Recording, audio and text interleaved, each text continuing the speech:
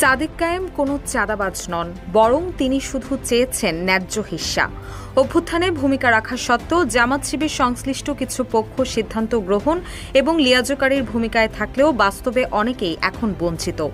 বৃহস্পতিবার নিজের ফেসবুক আইডিতে দেওয়া এক পোস্টে এসব কথা বলেন বাংলাদেশ গণতান্ত্রিক ছাত্র সংসদের ঢাবি শাখার সভাপতি আব্দুল কাদের। তার দেওয়া বিস্ফোরক এই পোস্ট ঘিরে এখন সরগরম রাজনৈতিক অঙ্গন।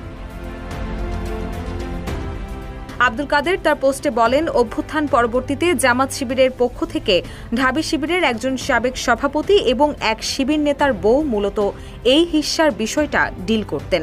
সচিবালয় থেকে মন্ত্রণালয় আমলাতন্ত্রের সব জায়গায় নিজেদের মতাদর্শী লোকজন বসানোর ক্ষেত্রে লিয়াজো করেছেন মূলত এই দুই ব্যক্তি।